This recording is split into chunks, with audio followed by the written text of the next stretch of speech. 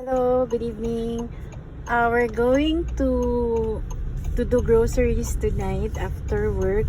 So, meron pala kaming ipapakita sa inyo that we bought on Shopee. It's very affordable. It's what, anong itawag niyan?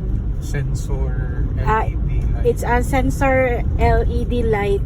Since we know na ang nanobox is medyo kulang siya ng light sa loob, especially when you turn on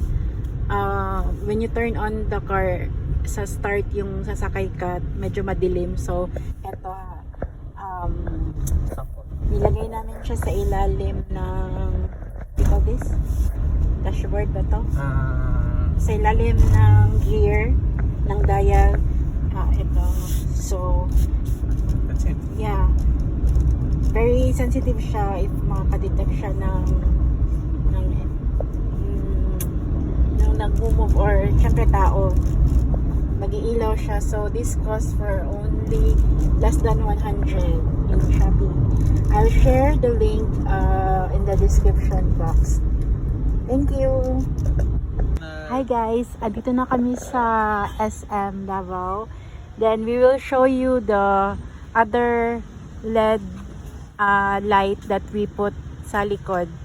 Ang binili namin kasi is tatlong LED lights na maliliit, then isa sa harap yung pinakita namin kanina, and then isa dito sa likod, then yung isa naman is spare siya while charge.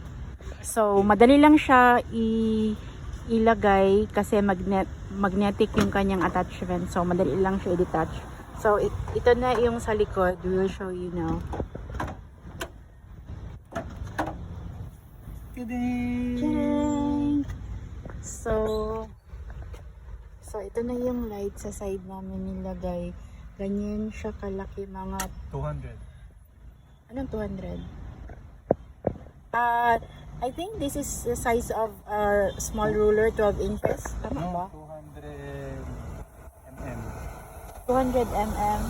And then yung sa front is Ilang 100. inch ba yung 12 mm?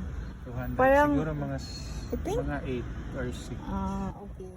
So yun lang guys. So just giving you an idea kung paano nyo malagyan ng ilaw para mas maliwanag yung nanobox natin. Okay, we'll close the back door na. Mag-shut off siya. So it will just automatically shut off after a few seconds. So yun.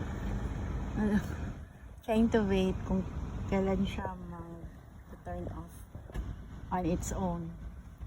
Ayan guys.